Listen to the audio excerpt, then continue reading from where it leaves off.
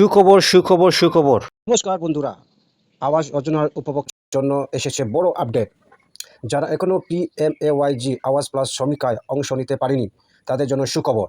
সরকারের পক্ষ থেকে সমীক্ষার শেষ তারিখ 15 আগস্ট 2026 পর্যন্ত বাড়ানো হয়েছে। অর্থাৎ আপনি যদি এখনও সমীক্ষায় নাম নথিভুক্ত না করে থাকেন এবং প্রকৃতপক্ষে যোগ্য হন, তাহলে 15 আগস্টের মধ্যেই অবশ্যই সমীক্ষা সম্পূর্ণ করুন। সমীক্ষার সময় আপনাদের আধার কার্ড, মোবাইল নম্বর এবং প্রয়োজনীয় নথিভুক্ত সঙ্গে রাখবেন। সরকারি সমীক্ষাকারীর অর্থাৎ আওয়াজ প্লাস অ্যাপের মাধ্যমে এই প্রক্রিয়া সম্পূর্ণ করা হয়েছে। তবে মনে রাখবেন, সমীক্ষায় নাম উঠলেই বাড়ি পাওয়ার নিশ্চিত নয়।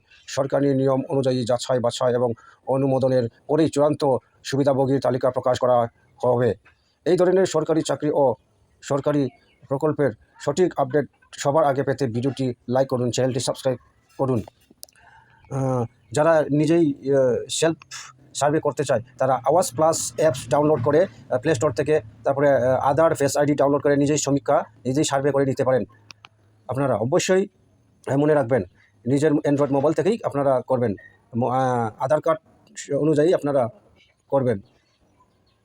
ধন্যবাদ সবাইকে।